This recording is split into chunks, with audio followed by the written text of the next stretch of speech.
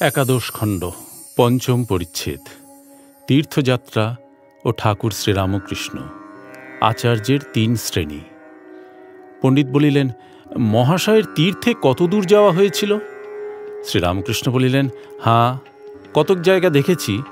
সহাস্যে বলিলেন, হাজরা অনেক দূর গিয়েছিল, আর খুব উঁচুতে উঠেছিল। ঋষিকেশ গিয়েছিল। আমি অত দূর যাই নাই, অত উঁচুতেও উঠি নাই। চিল শকুনিও অনেক উচ্চে ওঠে, কিন্তু নজর ভাগাড়ে। সকলে হাসিতে লাগিল। ভাগাড় কি জানো? কামিনী ও কাঞ্চন।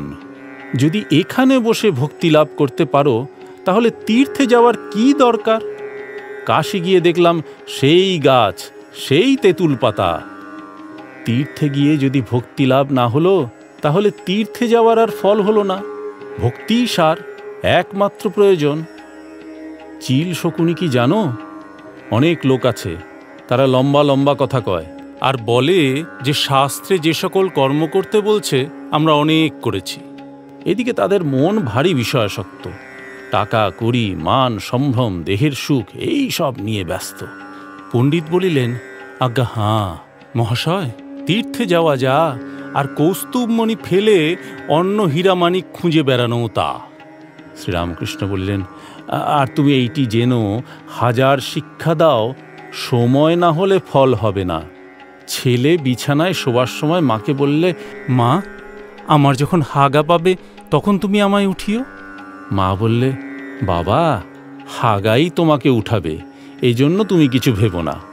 সকলে হাস্য করিল। সেইরূপ ভগবানের জন্য ব্যাকুল হওয়া ঠিক সময় হলেই হয়।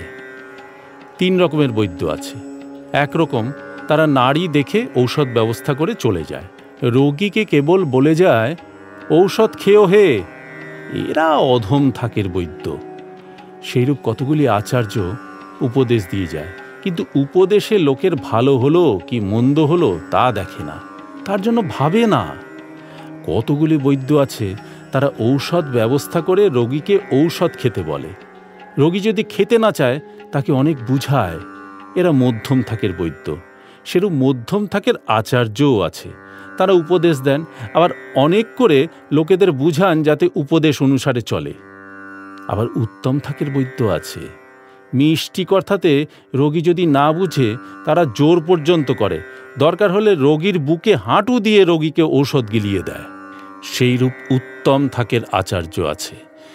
তাঁরা ঈশ্বরের পথে আনবার জন্য শিষ্যদের উপর জোর পর্যন্ত করেন।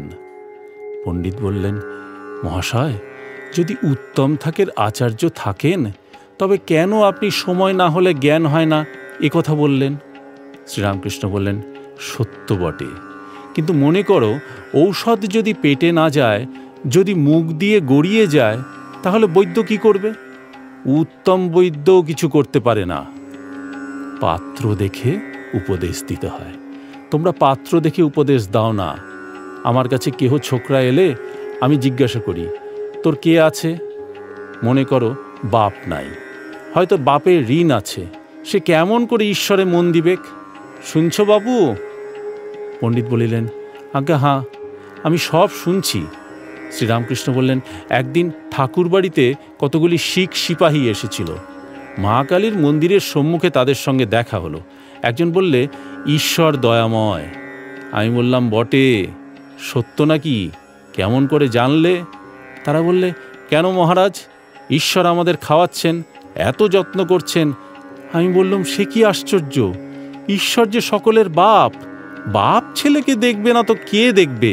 ও পাড়ার লোক এসে দেখবে নাকি? নরেন্দ্র বলিলেন, তবে ঈশ্বরকে দয়াময় বলবো না?